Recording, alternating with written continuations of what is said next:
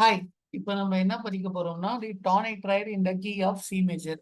இங்க C major scale இருக்கு. So இது வந்து first degree, second degree, third, 4, 5, 6, 7, 8. இதுல ஃபர்ஸ்ட் டிகிரி இருக்கு இல்லையா? First degree, third degree and then fifth degree.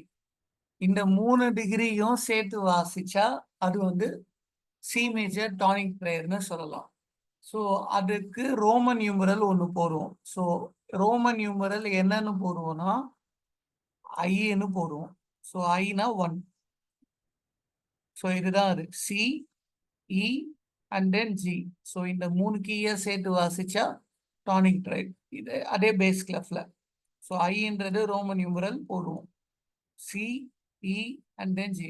இது வந்து மினிம்ல எப்படி வரையணும் அந்த மாதிரி போட்டுக்கிறேன். So bass clef and then triple clef.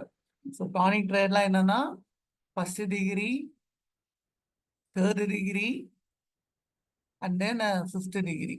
So இந்த 3 கீயும் சேர்த்து போல வாசிக்கிறது டானிக் ட்ரைட். இப்போ எக்ஸசைஸ் பார்க்கணும். ஸோ உங்களுக்கு ஃபர்ஸ்ட் வந்து add E and G's to make tonic triad in the key of C மேஜர்னு சொல்லியிருப்பாங்க. ஸோ ஃபர்ஸ்ட் கொஸ்டின் பார்த்தீங்கன்னா அவங்களே ஆன்சர் போட்டிருப்பாங்க. சி மட்டும் கொடுத்துருப்பாங்க, பேலன்ஸ் சி அண்ட் ஜின்னு போட்டிருக்கோம். ஸோ இந்த மாதிரி எழுதணும். Second question add E or G to make tonic triad. என்ன நோட் மிஸ் ஆகுது?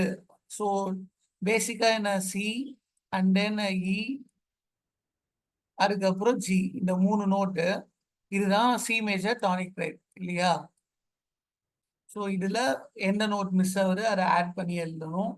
இந்த மாதிரி நோட்டேஷனா இருந்தா அது வந்து டியூன்னு சொல்லுவாங்க. இந்த மாதிரி சேட்டா போல இருந்தா அது வந்து கார்டு இல்லைன்னா டானிக் ட்ரைட்னு சொல்லுவாங்க. ஸோ அடுத்த கொஸ்டின், ஃபோர்த்து கொஸ்டின் வந்து அவங்க இந்த மாதிரி மினிம்ல வரைஞ்சிருப்பாங்க. நீங்க பக்கத்துல இருக்கிறதுல அந்த மாதிரி மினிம்ல உங்க பென்சில்ல இல்ல பென்லயோ எழுதி பழகிறதுக்காக அது கொடுத்துருப்பாங்க.